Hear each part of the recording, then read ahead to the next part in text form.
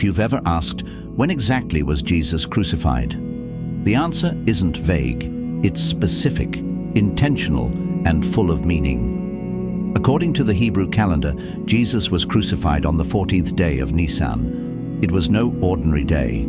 It was the day of preparation for the Passover, the day when Jewish families chose a spotless lamb to be sacrificed just before sunset, just before the feast began.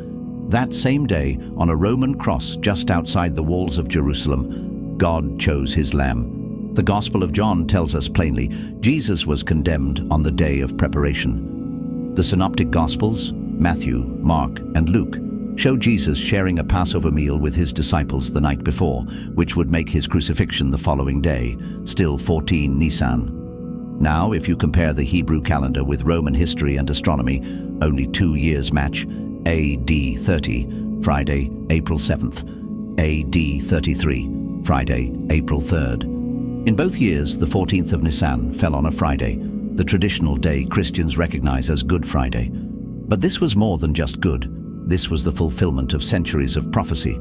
From the very first Passover in Egypt, God was painting a picture, a lamb without blemish. Its blood spread on the doorposts, and when the angel of death passed through, those who were covered by the blood were saved. That was the shadow. Jesus was the substance. At the exact hour the Passover lambs were being slaughtered in the temple, Jesus was hanging on the cross.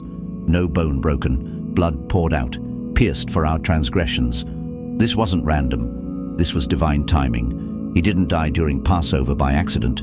He was the Passover. The Apostle Paul would later write, Christ, our Passover lamb, has been sacrificed. And here's the beautiful mystery.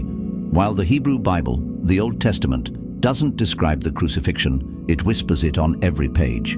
From the ram caught in the thicket with Abraham, to the blood over the doors in Egypt, to the suffering servant in Isaiah 53, wounded for our transgressions, bruised for our iniquities.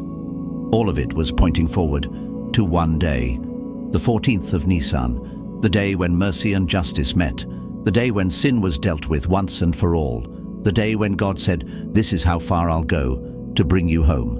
So when we look at the cross, don't just see a Roman execution, see a heavenly appointment, a calendar marked in eternity. Jesus didn't die for show. He died with precision, with purpose, on the very day the Lamb was meant to die, the 14th of Nisan. And now that moment calls out to every soul, will you let his blood cover you? Because what happened on that hill in Jerusalem wasn't just history, it was the turning point of the world, and it could be the turning point of your life. All you have to do is say yes.